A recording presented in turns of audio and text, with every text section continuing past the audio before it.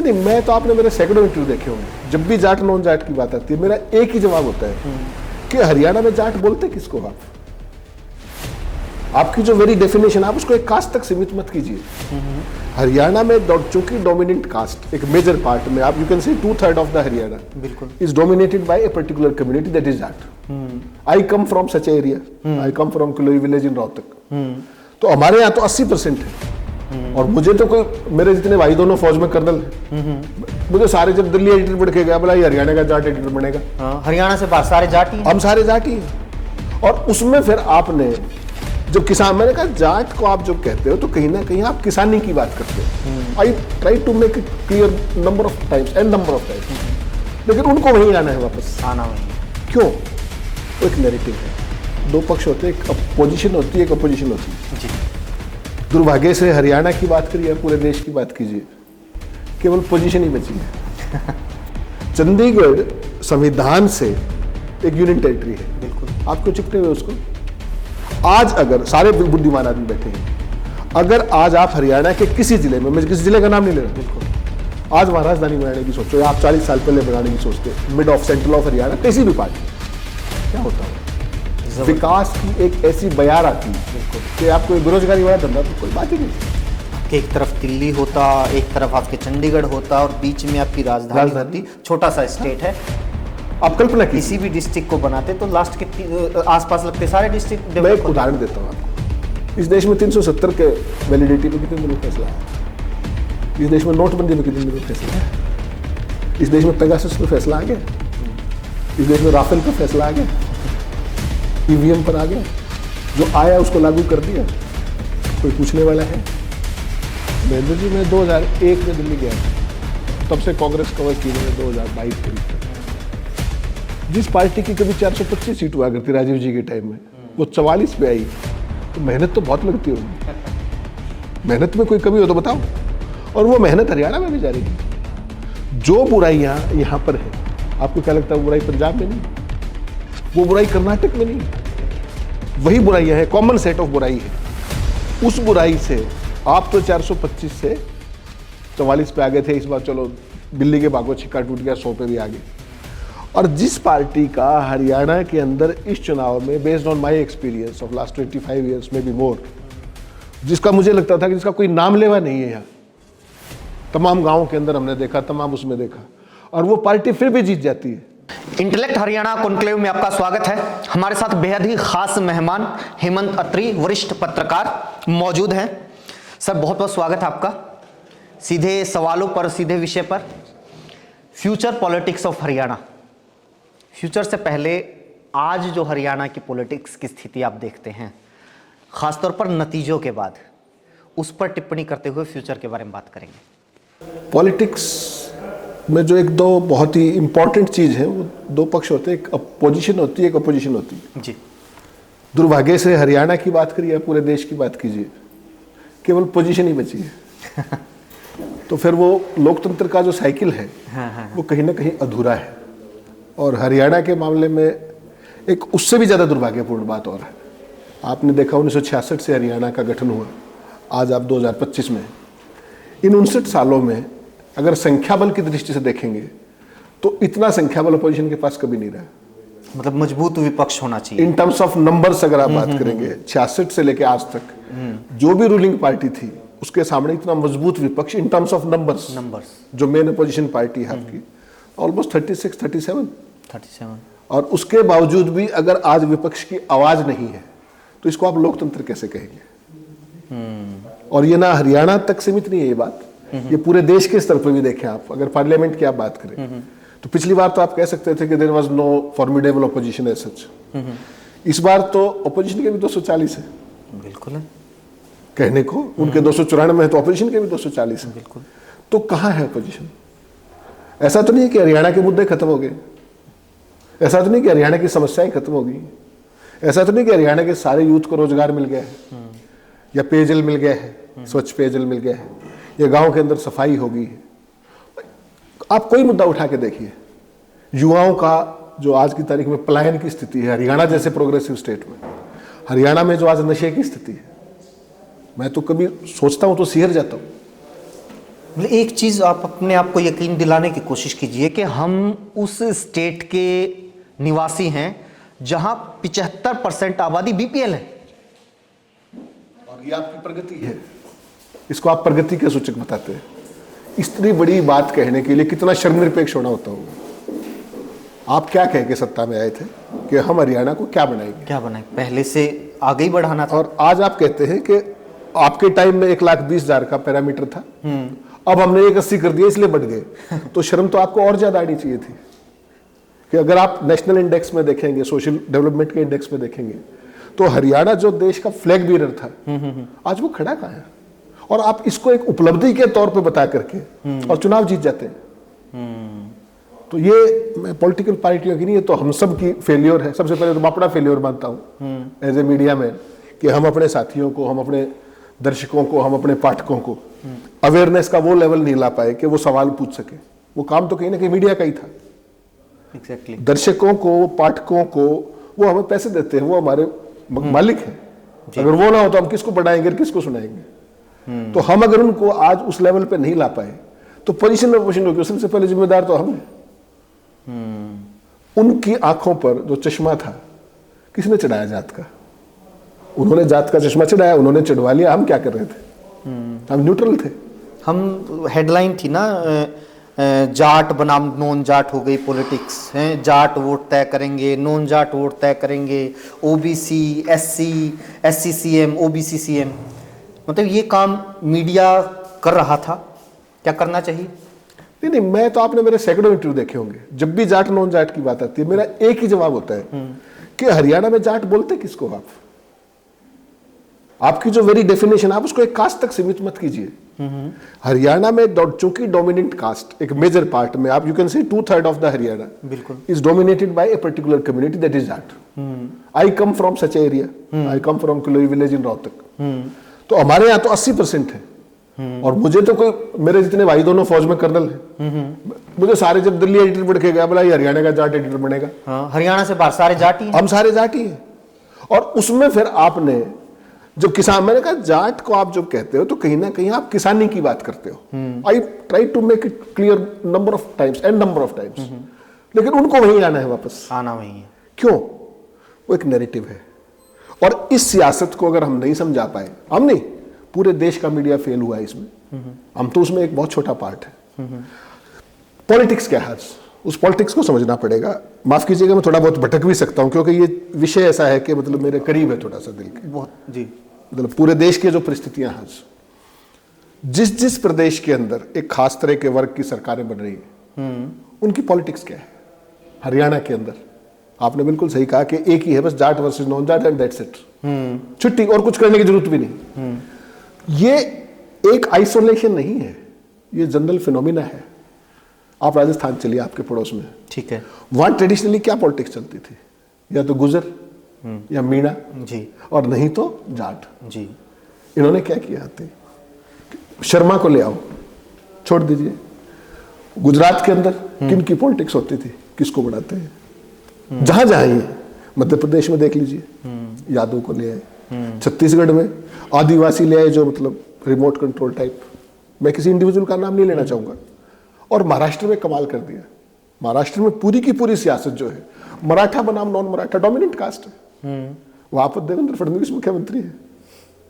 तो ये एक फिनोमिना है। प्रदेश में यादव नॉन यादव है, बिहार में भी एंटी यादव ही रहता है आमतौर पर, यादव या ओबीसी, जिसको भी आप जिसको ब्रॉडली कहे। तो नीतीश कुमार कुर्मी है, तो उसकी एक दुकान चली एक दौर में, वो चलती है, एक अलग अलग दौर आते हैं। लेकिन हम सब की एज ए मीडिया अगर जो जिम्मेदारी थी, वो थी समाज को इन दकियानूसी चीजों से बाहर ला करके समाज के मुद्दों पर फोकस करने की। कि पिछली बार मैं आपके कलायत में चुनाव लड़ने आया था, मैंने क्या प्रोमिस किए थे, मैं कहां खड़ा हुआ हूं, मैंने इस अपने कंस्टिट्यूंसी के लिए आएंगे। दो चीजें हैं इसमें कि एक तो कास्ट डिवाइड के तौर पे हम इसको डिस्कस कर लें, या फिर ऐसा तो नहीं कि बीजेपी जो एक तय ढर्रा बन गया है राजनीति का, उसको तोड़ रही है। हम इसको इस लिहाज से परिभाषित नहीं कर सकते। आपने तमाम राज्यों का नाम लिया, इसको देखने का नजरिया है। एक होती है पॉजिटिविटी और एक होती है नेगेटिविटी। ओके। जब किसी भी प्रोग्रेसिव समाज की आप बात करते हैं ना, समाज शास्त्र की दृष्टि से, तो उस समाज को एज ए होल देखते हैं, उसमें ये सब चीज़ों की गुंजाइश नहीं होती। जिस 36 बिरादरी की बात करते हो आप, ब्राह्मण, जाट, बनिया, SC, SC, इसका कोई स्कोप नहीं है। और जब तक ये सवाल रहेंगे तब तक वो सवाल कभी नहीं आएंगे जिनकी चर्चा मुझे और आपको करनी चाहिए। 5 से पहले की पॉलिटिक्स देखिए हरियाणा की, क्योंकि मैं तो उस टाइम भी दिल्ली में था और तमाम चीजें। हरियाणा से कास्ट नाम का शब्द गायब हो गया था 2005 के आसपास। जाति नहीं बची थी अपने। जो बहुत लोअर स्टार्टा के लोग थे वो भी हमारे साथ चारपाई पर बैठ के सारी बातें करते थे हमारे। देखा है मैंने, और मेरे घर में तो कभी कास्ट मैंने सुनी भी नहीं थी। कास्टिज्म के मामले में देखा जाए तो हरियाणा उन राज्यों में से जहां सबसे कम है, we were far more progressive, जाति के नाम से far more progressive, far more progressive. I'm talking of 20 years back. अगर आप आज की बात करेंगे तो we are the most aggressive society. क्यों? वहां लाके खड़े कर दिए जहां लड़ा था, और ये किसी को समझ में नहीं आ रहा। इसमें से निकलेगा कुछ नहीं। इसमें वो होगा कि आपके बच्चे वार टॉर्न इजराइल के अंदर मजदूरी करने जा रहे हैं और सरकार उसका प्रचार कर रही है। भेज रही है। शर्म आनी चाहिए। जिस चीज पे शर्म आनी चाहिए, जिस बात पे शर्म आनी चाहिए, वो चुनाव प्रचार में आपने एक पेज के विज्ञापन दिए हैं कि हमने इतने बच्चे इजराइल भेज दिए। उस मुख्यमंत्री को कुछ और सोचना चाहिए, और बहुत काम है करने के। गवर्नेंस कोई और कर लेगा अगर आपके बस की नहीं है तो। हरियाणा जो स्टेट जो पूरे देश को रोजगार देता था, आज हरियाणा के बच्चे पलायन करके कहां जा रहे हैं? डोंकी रूट सबसे ज्यादा देखिए, गुजरात के बाद हरियाणा का ही नंबर आता है। और किस लिए? नशे की हालत देख लीजिए आप। तो मैं ये कहता हूं कि ओवरऑल जो इस प्रदेश का जो भविष्य था, जो पॉलिटिक्स को, अब देखिए एक आदत होती है हमारी कि हम दूसरों को ब्लेम करते हैं। नशे का आपने 2 बार जिक्र कर लिया, मैं बता देता हूँ। जहां पे हम लोग बैठे हुए हैं इस टाइम कलायत में, 2 दिन पहले की खबर आपने देखी होगी कि मतलब इस हद तक नशा हो गया है कि भाई जो इंजेक्शन नशे के लगा के नसें खराब हो गई हैं, अब प्राइवेट पार्ट्स में इंजेक्शन ले रहे हैं बच्चे। कल्पना कीजिए उस चीज की। और 6 की शायद मौत हो चुकी है इस वजह से। और बाकी तो आप सिरसा से लेके और पूरी की पूरी बेल्ट में आप गिनते रहिए, खबरें रोज पढ़ते रहिए, कहीं ना कहीं इंजेक्शन लगा हुआ है और डेड बॉडी आपके सामने है, उसकी फोटो अखबार में छपी हुई है। ये स्थिति है। नहीं, मैं सिर्फ आपसे एक दूसरा सवाल करूँ, ये सारे साथी बैठे, सारे विद्वान, अगर किसी इलाके का, मैं एडमिनिस्ट्रेशन में भी रहा हूँ, आपको पता है 5 साल जी, अगर किसी इलाके का थानेदार ये सोच ले कि मेरे इलाके में नशा नहीं बिकेगा, आपको लगता है नशा बिक जाएगा? उस थानेदार की अकाउंटेबिलिटी किसकी है? क्या वो फिक्स हो रही है? अगर कोई एसपी ये चाह ले कि मेरे जिले में नशा नहीं बिकेगा, आप एक पुड़िया लाके दिखा देना मुझे। बिल्कुल। और नशे का कारोबार ऐसा है कि सबको पता होता है, सबको पता होता है कि ये आदमी इस कॉलोनी में, इस घर में ये बेच रहा है, ये माल इससे मिलेगा। बिल्कुल, उसके कोड वर्ड्स। हाँ, और ये इलाका है, यहाँ पे सारे नशेड़ी इकट्ठे होते हैं। और समाज को भी पता है, सबको पता है, समाज को पता है, पुलिस को पता है, एवरीबडी नोज। केवल लॉ एनफोर्समेंट एजेंसी को नहीं पता, सबको पता है, मुझे और आपको भी पता है। मतलब पता है उसको भी, लेकिन अब उसके जो भी तमाम दूसरे कारण होंगे। तो आप अगर इसको गवर्नेंस कहते हैं, और ये जो पॉलिटिक्स जो है वो समाज से ही आती है, जैसा समाज होगा वैसी पॉलिटिक्स आएगी। पॉलिटिक्स ने क्या किया? पॉलिटिक्स की खेल समझना पड़ेगा आपको। इससे पहले के हमारे जो लोग हैं, सुबुद्धि दर्शक हैं, पाठक हैं, जो भी समाज है, वो आपसे रेलेवेंट सवाल पूछे, उनको जात धर्म इन सारे धंधों में बांट दो, बाकी मेरा काम फिर चल रहा है, मुझे कोई पूछने वाला है नहीं। अगली बार, इस बार मैंने ये चोला पहन रखा है, अगली बार कोई और चोला पहन के आ जाऊंगा। मेरी कोई विचारधारा तो है नहीं, मेरे कोई सिद्धांत तो है नहीं। आज मैं कांग्रेस में हूं, कल बीजेपी में, उतना ही खुश हूं। 4 भ्रष्टाचार के आरोप लग गए तो किसी और पार्टी में जाके वॉशिंग मशीन में निकलूंगा, धुल के आ जाऊंगा शाम को। तो समाज को भी तो ये देखना चाहिए। आज मैं महेंद्र को ये कहूं कि आप महेंद्र जी, आपको कलायत से चुनाव लड़ना है, आपसे बढ़िया आदमी कोई नहीं, विद्वान, पढ़ा लिखा, यहीं का बच्चा, सारी बात, 50 वोट नहीं आएंगे आपके, गारंटी है, लिखवा लो आप। क्यों? क्योंकि आप वो दुख तिरक पे हाथ रख दोगे जिनको इम्यून कर दिया गया है, वो उन चीजों को छोड़ के बाकी सारी चीज सोचते हैं। आज समाज को यहाँ लाके खड़ा करती है।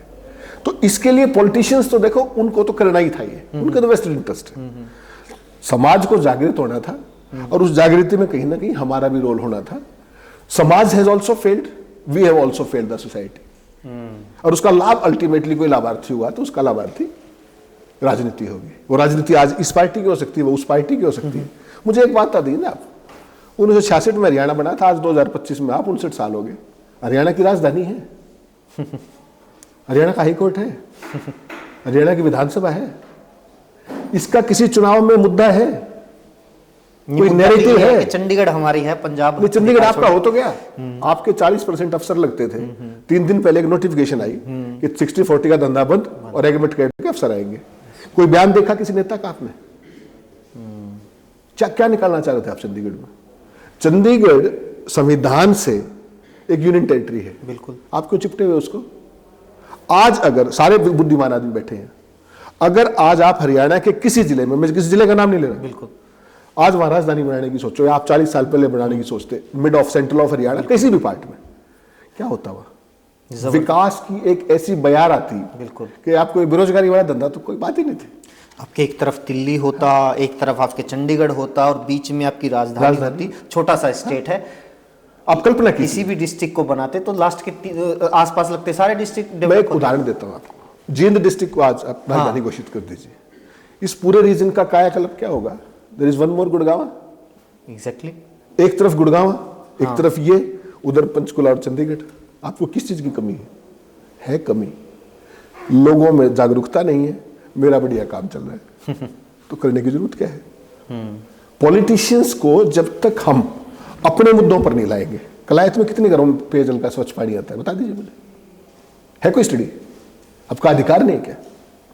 कितनी सड़कें ठीक है? बाकी चीजें छोड़ दीजिए। स्कूलों की क्या स्थिति है? कितने टीचर हैं? हॉस्पिटल की क्या स्थिति है? पीएचसी की क्या स्थिति है? सीएचसी की क्या स्थिति है? बात नहीं होनी चाहिए।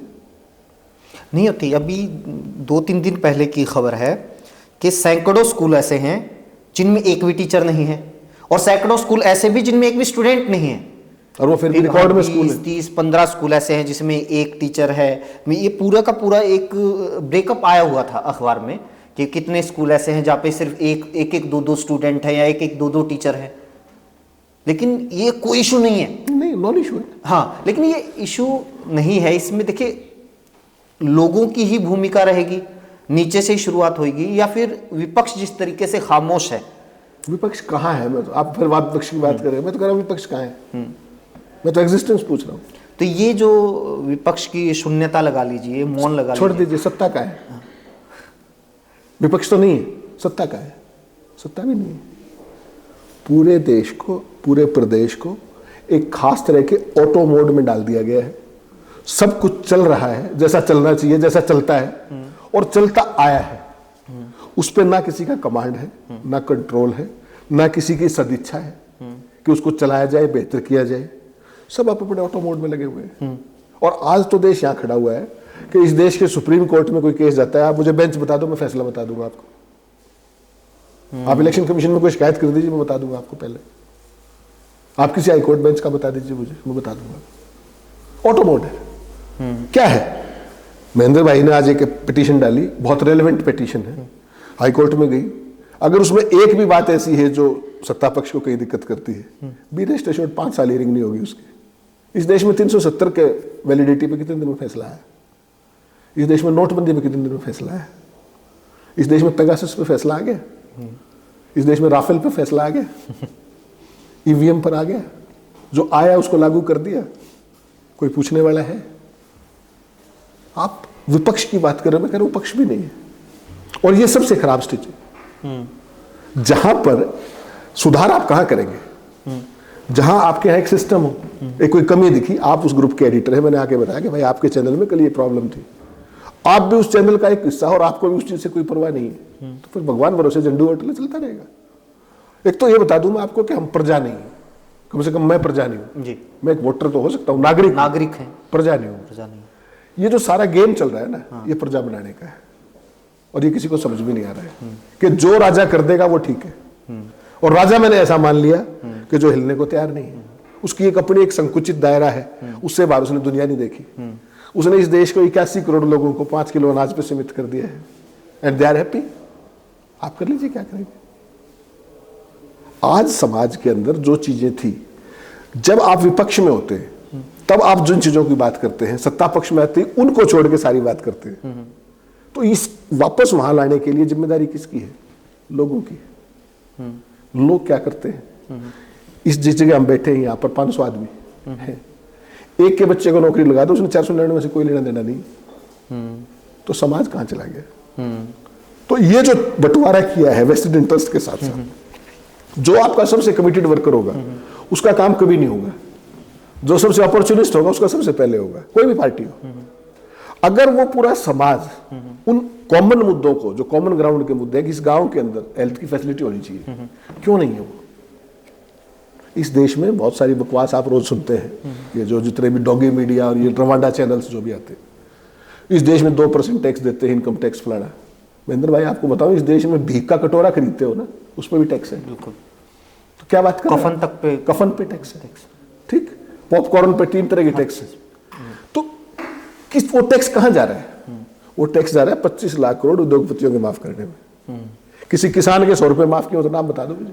उस दिन इकोनॉमिस्ट भी सारे लोग बन जाते हैं। हाँ, सारे अर्थशास्त्री, सारे अर्थशास्त्री एक्चुअल में अनर्थशास्त्री है वो, अनर्थ। और इस समाज का सबसे बड़ा जो हमारा समाज था ना, इसको तो देख के मुझे रोना आता है। जब गांव में मैं जाता हूँ, इतने पढ़े लिखे बच्चे, उनको रोजगार नहीं, नशा कहां से आया? लोग कहते पाकिस्तान की ISI करा रही है, फलाना पंजाब से आ गया। हाँ। हमने कराया नशा ही। अगर हमने उन बच्चों को जैसे ही वो पढ़ाई कर रहे थे उनको किसी लायक बनाया होता, आत्मनिर्भर बनाने की तरफ कोशिश की होती। जब आप अमेरिका में क्या होता है, आपने 10वीं करी, जब आप +1 में +2 में जाते हो तो आपको किसी एक ट्रेड में सेल्फ रिलायंट बना दिया जाता है। और 10वीं के बाद माँ बाप पैसे नहीं देते। पूरा यूरोप देख लीजिए आप। बिल्कुल। आप यहाँ क्या करते हैं? यहाँ मास्टर्स करने के बाद मैं आर्मी के लिए भी अप्लाई करूँगा, मैं पुलिस के लिए भी अप्लाई करूँगा, मैं क्लर्क वाली लाइन में भी खड़ा हूँगा, मैं HPSC के लिए भी खड़ा हूँगा, फिर मैं उधर से नेट के लिए भी तैयारी कर रहा हूँगा, कहीं JBT भी करने की कोशिश करूँगा, मैं लेक्चरर भी लगने की कोशिश करूँगा। जहाँ भी मेरी टांग फंसे मैं HKRN के लिए भी अप्लाई करूँगा, जहाँ भी टांग फंसे। लेकिन अगर हम इसको, मैं फिर वापस क्यों करूँ, क्योंकि लगातार आपका जो राजनीतिक विश्लेषण हम लोग सुनते रहे हैं। अब अगर मैं सरकार के हिसाब से, आपने कहा नहीं है सरकार, विपक्ष नहीं है, लेकिन विपक्ष का होना ज़रूरी है, और वो हो तो कैसे हो, किस भूमिका में हो, उसको वापस खड़ा कैसे किया जाए, अगर हम इसके बारे में चर्चा करें। क्योंकि विपक्ष खड़ा होने से मुझे एक ये लगता है कि जनता को एक कवर मिलता है, जनता को एक ताकत मिलती है। सरकारों का तो हर एक, चाहे किसी भी पार्टी की सरकार को, नेचर एक हो जाता है, जो आपने भी कहा, लेकिन विपक्ष हमेशा जनहित का होता है, ये मोटा मोटी समझ कहती है। तो कहां से शुरुआत हो? आज हमारे विपक्ष अगर शुरुआत करे तो कहां से करे, कैसे करे? तो महेंद्र जी, विपक्ष का जो था ना, बेसिकली विपक्ष क्या क्या है कि वो भूमिका भी और सत्ता पक्ष की भूमिका भी दोनों ही लोगों ने दी है। सत्ता पक्ष की जाके व्यवस्थाएं बढ़ जाती होंगी किन्हीं कारणों से, तो विपक्ष का तो मैंडेट इसीलिए उसका है कि कहीं ना कहीं कोई कमी रही है, और वो कमी लोगों से जुड़ने में रही है, लोगों की बात उठाने में रही है, जो भी रही है, तो उसको ठीक करिए ना आप। लोगों के बीच में जाने से कौन रोकता है आपको? नहीं, ये करे तो ये एक रिलेशन हो गया जनता और नेता का, लेकिन आपका पार्टी सिस्टम कैसा है, पार्टी मैनेजमेंट कैसी है, पार्टी के भीतर क्या आपकी जवाबदेही कोई तय होती है? अगर मुख्य विपक्षी पार्टी की ही बात करें हम लोग, ऊपर से लेकर नीचे तक क्या किसी तरीके की जिम्मेदारी तय होते हुए आपने देखा, कुछ रिव्यू होते हुए देखा? महेंद्र जी, मैं 2001 में दिल्ली गया था, तब से कांग्रेस कवर की मैंने 2022-23 तक। जिस पार्टी की कभी 425 सीट हुआ करती राजीव जी के टाइम में, वो 44 पे आई, तो मेहनत तो बहुत लगती होगी। मेहनत में कोई कमी हो तो बताओ। और वो मेहनत हरियाणा में भी जारी है। जो बुराइयां यहाँ पर है, आपको क्या लगता है वो बुराई पंजाब में नहीं, वो बुराई कर्नाटक में नहीं, हर जगह वही बुराइयां है, कॉमन सेट ऑफ बुराई है। उस बुराई से आप तो 425 से 44 पे आ गए थे, इस बार चलो बिल्ली के भागो छिक्का टूट गया, 100 पे भी आ गए। और जिस पार्टी का हरियाणा के अंदर इस चुनाव में, based on my experience of last 25 years में भी मोर, जिसका मुझे लगता था कि जिसका कोई नाम लेवा नहीं है यहाँ, तमाम गांवों के अंदर हमने देखा, तमाम उसमें देखा, और वो पार्टी फिर भी जीत जाती है। और वो जो फॉल्ट लाइन्स थी, देखिए हरियाणा में जबरदस्त लोगों का मोबिलाइजेशन था, सब कुछ था, महाराष्ट्र में जबरदस्त मोबिलाइजेशन था। मैंने उस बात को जनवरी को एक चैनल पे कहा था, नेशनल चैनल पे, कि ये सारा डेटा मैनिपुलेशन हो रहा है, वोट मैनेजमेंट हो रहा है, वोटें काटी जा रही हैं, जोड़ी जा रही है, तब कहा था। किसी ने नहीं सुना, दिल्ली ने सारी चोरी पकड़ ली कल। हाँ, 5.25 लाख वोट दिल्ली के अंदर।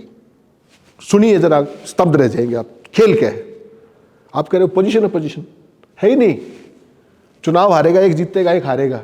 मैं आपको बता रहा हूं आप हारोगे, आप सुनने को तैयार नहीं हो।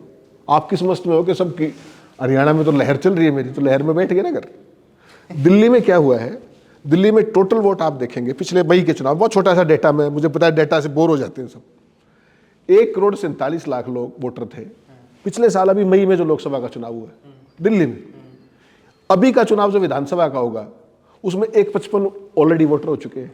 कोई बात नहीं, 47 से 55 हो गए, 7,67,000 वोट प्रिसाइजली बढ़ गए। 767 का मतलब समझते हैं आप, एक कंस्टिट्यूंसी में 11,000 वोट, 70 सीटें हैं, ऑलमोस्ट 11,000। और अगली सुनोगे तो आप भूल जाओगे सब कुछ। 14 दिसंबर से और आज 12 जनवरी है, 5,26,000 नई एप्लीकेशन आ गई वोट बनाने की। मतलब लगभग 12 साढ़े 12 लाख वोट बढ़ रहे हैं। और वो कहां से बढ़ रहे हैं ये भी बता दूं। एक 2 बेडरूम का फ्लैट है, उसमें 25 वोटों की एप्लीकेशन गई हुई है। बीजेपी के 8 एमपीज के घर में, जो सरकारी घर है, उसके एड्रेस पे 33 से 40 वोट बनने की वो गई हुई है। वोटें धड़ाधड़ काटी जा रही। एक नई दिल्ली कंस्टिट्यूंसी का एग्जांपल देता हूं, ज्यादा नहीं, क्योंकि मेरा सारा दिन काम ही है, मैं डेटा में ही खेलता हूं सारा दिन। एक नई दिल्ली कंस्टिट्यूंसी के अंदर 5,500 वोट तो कटवा चुके हैं। 1 लाख वोट है टोटल, 5,500 तो कटवा चुके हैं, 12.5 जुड़वा चुके हैं, और 14,000 की एप्लीकेशन गई हुई है।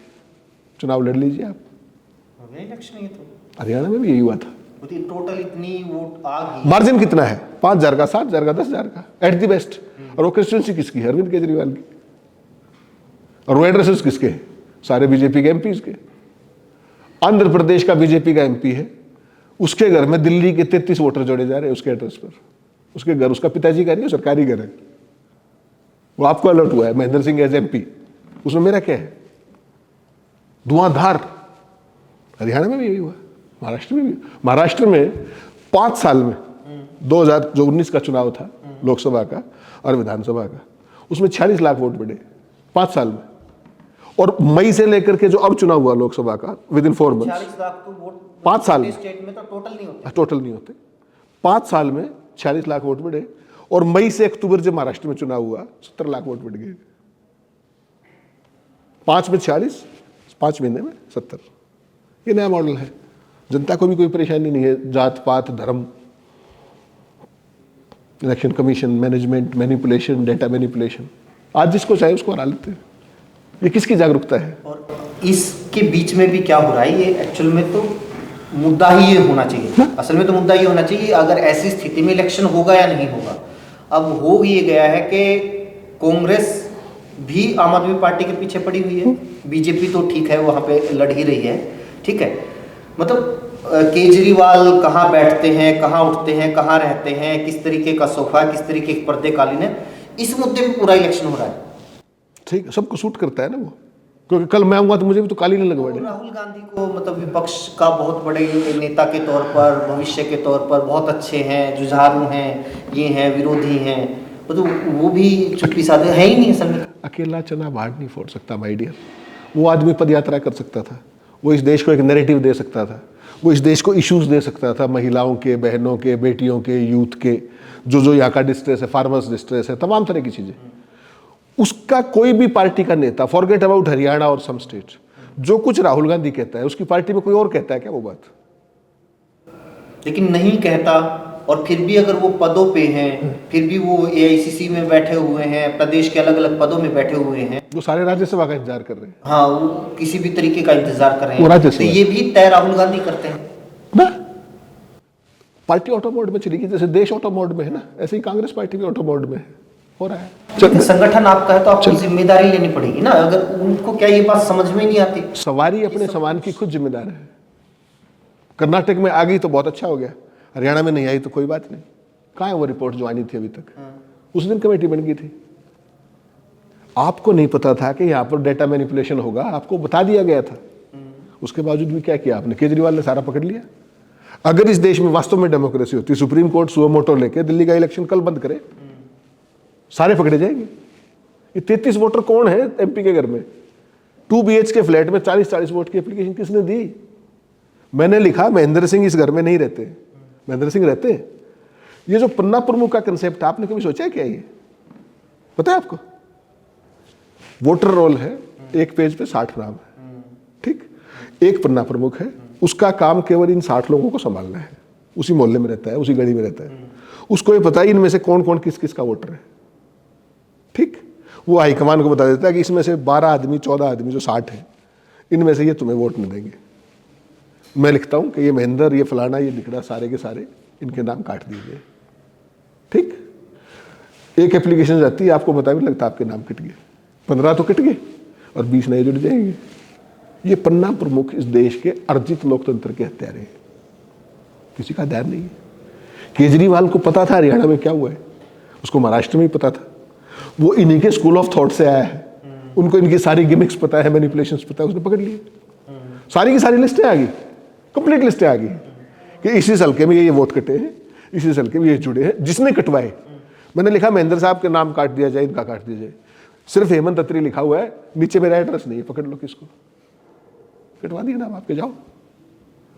इस देश में तो चुनाव आयोग कवर किया है 20 साल। अगर कोई पहाड़ी पे एक व्यक्ति रहता था, उसके लिए बूथ बनता था वहां पे, अलग से टीम जाती है हेलीकॉप्टर से और फिर पैदल एक वोट डलवाने के लिए। और आज आपके सैकड़ों सैकड़ों वोट हर कंस्टिट्यूंसी में काटे जा रहे हैं, कोई पूछने वाला नहीं, केवल इसलिए कि आप एक्स को वोट नहीं देते या वाई को नहीं देते, और नए जोड़े जा रहे हैं फर्जी। किसकी जिम्मेदारी है? तो इसलिए मैं कह रहा हूं कि जनता की जागरूकता सबसे पहला काम हमारा है एज ए मीडिया, जैसे भी हमें जिस भी स्तर पे। दूसरा काम जनप्रतिनिधियों का है, चाहे वो पंचायत का हो, चाहे ब्लॉक समिति का हो, चाहे जिला परिषद का हो, चाहे विधानसभा। हम पॉलिटिक्स को केवल समझ लेते हैं विधानसभा और केंद्र सरकार। It starts from the basics, पंच से शुरू होती है। और सबका काम जो संविधान में लिखा है वो तो सेवा का लिखा है, अकाउंटेबिलिटी का लिखा है, जवाबदेही का लिखा है। वो जवाबदेही का कंसेप्ट जिस दिन आ गया फिर आप वहीं पे पहुंच जाओगे। और बीच में ये दौर आया था एक बार, लोगों की अकाउंटेबिलिटी फिक्स होनी शुरू हुई थी। आरटीआई, आपको ध्यान हो, हमने बड़े बड़े अफसर टांगे वहां पे, कितने बड़े बड़े अफसर रोज पढ़ते थे आप, वो कमीशन तो आज भी है, वो कहां चला गया अब? It is the man who makes the chair important. उसी चुनाव आयोग में शेषन साहब थे, उसी चुनाव आयोग में लवासा साहब थे, उसी चुनाव आयोग में कुरैशी साहब थे, उसी चुनाव में राजीव कुमार सरकारी है, मैं उनको सरकारी बोलता हूं। देख लीजिए आप, ये तो जनता को तय करना है। और जनता, अगर मैं उनका पंच भी हूं, जब तक मेरे कपड़े नहीं पाड़ेगी, मुझे अकाउंटेबल होल्ड नहीं करेगी, मान के चलिए जनता का हाल इससे भी बुरा होगा। 47 में आजाद हुए थे, अगर आज तक आपको स्वच्छ पानी नहीं मिला इतना टैक्स देने के बाद, आज आप टैक्स देखिए मैं कितना टैक्स देता हूं, 35% इनकम पे। और उसके अलावा किस किस चीज पे? पेट्रोल पे, डीजल पे, यू नेम एनीथिंग। पूरी दुनिया में मेरे ख्याल से सबसे ज्यादा tax Bharat, highest paid tax Hindustan में है और लोएस्ट फैसिलिटी। अब में से कितने लोगों के बच्चे सरकारी स्कूलों में पढ़ते हैं? अब में से किसका सरकारी, क्या पैसे नहीं देते उसके? इसी के देते हैं। और किस चीज का टैक्स कट रहा है मेरा? सड़क पे निकलता हूं तो टोल लग जाता है, फिर जब मैंने गाड़ी ली जो 2 लाख रुपए जब उसका टैक्स कटा तो वो कहां गया? तो ये बेसिकली ये मुद्दे हैं। विपक्ष में रहते हुए हर व्यक्ति को ये चीज जनता को जागरूक करना चाहिए। आपने टैक्स दिया हर चीज में, आप भैंस के लिए भी कुछ लेके आते हैं, आजकल तो उसको भी नहीं बख्शा है, खेती के उपकरणों पर भी लग गया, पेस्टिसाइड्स पे भी लगा दिया जीएसटी।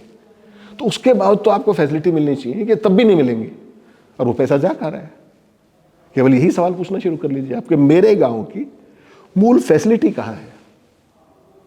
सब कुछ ठीक हो जाएगा जिस दिन समझिए। आपने महेंद्र जी, बड़ा महत्वपूर्ण, लोगों के लिए बोरियत का सवाल होगा ये, लेकिन असली सवाल है इस देश का ये। जिस दिन विपक्ष एक्टिव हो गया, आपको क्या लगता है पक्ष की हैसियत तो एक्टिव नहीं होगा? ऑब्वियस सी बात है। आप शुरू तो करो, एक पत्थर तो उछालो। यहां तो ना पत्थर रहे ना उछालने वाले रहे, लोग मर रहे हैं, सड़ रहे हैं। जाओ, लॉकडाउन में आपने देखा, मैं तो हैरान रह गया था, लाखों लाख लोग चले जा रहे हैं, कोई सिरसा से, कोई पंजाब से, कोई राजस्थान से, गुजरात से, ईस्टर्न यूपी बिहार तक पैदल जा रहे हैं। खाने का पैसा नहीं है, बच्चे मर रहे हैं सड़कों पे, बुजुर्ग। और इस देश में कोई पूछने वाला नहीं है। और उन राज्यों में फिर सरकार भी उन्हीं की बनेगी, जाके वोट दे के आए उन्हीं को जिन्होंने पैदल चलाया था। अब उन्होंने दिया, किसी और ने डाल दी, मुझे नहीं पता, लेकिन हुआ भाई किसी और ने डाल दी। इस पे तो जो संदेह है ना, अभी जो दिल्ली वाला हुआ, अपने हरियाणा का एक एग्जाम्पल रानिया का है हमारे सामने। सर्वमित्र कंबोज चुनाव हारे हैं, वहाँ से हारने के बाद फिर उन्होंने कहा कि जो चुनाव आयोग ने आपको दिया है, एक विंडो दी है कि आप 5% की काउंटिंग करवा सकते हैं। तो अभी जिस दिन वो हुआ, उन्होंने अपनी जो एक अमाउंट पे कर 4,02,000 रुपये दिए, वो कर भी दी। और जाके कह रहे हैं कि कौन सी क्या मॉक पोल होएगा? मॉक पोल का तो मॉक पोल के 4 लाख किस ले लेने थे? मॉक पोल तो वैसे ही होता है, वैसे ही होता है। तो यही है। और ये ईवीएम चेक कर, सुनिए, इसमें गंभीर बात कुछ और है। आप असली बात पे नहीं जा रहे, आप सर्वमित्र पे चले गए। जिस बेंच ने वो फैसला दिया था वो किसकी थी? संजीव खन्ना की। संजीव खन्ना की बेंच ने कहा था कि आप 47,000 समथिंग पैसे जमा करा के एक बूथ की क्रॉस वेरिफिकेशन करा सकते हैं। Votes polled vis vote counted. वो क्या कह रहे हैं? ये कोर्ट के ऑर्डर का लिखा, हम तो रोज सारा दिन यही सब एनालिसिस करते हैं। और अब वो अकेले वहां की बात मत कीजिए। आपको लगता है कि रानिया की बात आप कर रहे हो? पानीपत वाला जो एमपी चुनाव लड़ा था अभी आपका, उससे पूछ के देख लीजिए, उसने पैसे जमा कराए थे, उसके साथ भी यही किया। अच्छा, आपको ताजा याद है? मॉक पोल के लिए पैसे कहां चाहिए मुझे बताइए आप? और मॉक पोल मैंने मांगी है क्या? मैं क्या कह रहा हूं कि मेरे जो वोट पड़े ईवीएम विज़ वीवीपैट, ये दोनों दिखा दीजिए मुझे। मैं तो यही तो कह रहा हूं। और आप क्या कह रहे हैं कि वोट डाल के दिखा देते हैं। और एक काम और किया उसमें, मॉक पोल से पहले वो उसका डेटा मिटा दिया, पुराना डेटा डिलीट कर दिया। मैं तो दूसरी बात कर रहा हूं। जिस जज ने सुप्रीम कोर्ट में एज ए जज फैसला दिया था 3 बेंच ने, आज वो सीजीआई है। और देश के हर हिस्से से ये खबर आ रही है कि इस तरीके से ये आपकी बात नहीं मान रहे। क्या कंटेम्प्ट में सारे अंदर नहीं करने चाहिए? सुओ मोटो कॉग्निजेंस लेनी चाहिए। किस लिए होता है सुओ मोटो क्लॉज? कोई कर रहा है? इसलिए मैंने आपको कहा छोटा मोटा मामला भी सीजीआई है, सीजीआई है भाई वो, is CGI. Even supreme court जज को भी सुओ मोटो कॉग्निजेंस होती है। हाई कोर्ट का जज भी सुओ मोटो कॉग्निजेंस ले सकता है। कोई ले रहा है? कोई जवाबदेही दे रहा है? ये है वो रोल जो जनता के साथ मिलके किसी भी पार्टी को, किसी भी चुनाव लड़ने वाले को, किसी भी मीडिया को, ये सबकी सामूहिक जिम्मेदारी है। और इसमें मैं तो ये कहूँगा आपके चैनल को शुभकामनाएं देते हुए कि जनता के इश्यूज को उठाओगे तो शुरू में बोरियत लगेगी, लोगों को लगेगा यार ये पता नहीं कहाँ से एलियंस आगे हैं, हमारे को जगाने आए हैं ना। उनके बीच में बैठ के, उनके आंखों पर एक खास तरह का चश्मा पहले किसी और ने लगा रखा था, अब किसी और ने लगा रखा है, कल कोई और लगा देगा। उस चश्मे को उतार करके व्यवहारिक स्थिति पर लाने की जरूरत है कि आपका ये बच्चा है, इसके +2 में इतने मार्क्स आए, आप क्या कर रहे हो इसके साथ? जमीन बेच के डोंकी रूट से बेच रहे हो उसको। डोंकी रूट से किसी बच्चे को 50 लाख रुपए देके भेज रहे हो आप। 50 लाख में तो क्लाइंट में बहुत अच्छा काम हो जाएगा, लेकिन ना तो बच्चा करेगा और ना माँ बाप मानेंगे। आज हम यहां खड़े, we have been completely saturated mentally, इसको बंद कर दिया है। अब इजराइल जाना उपलब्धि है, इससे आगे क्या कहूं मैं? ये जागरूकता की कमी है, ये हम सब की कमी है। बहुत बहुत शुक्रिया सर वक्त देने के लिए, तमाम मसले पर बातचीत करने के लिए। थैंक यू, बहुत बढ़िया।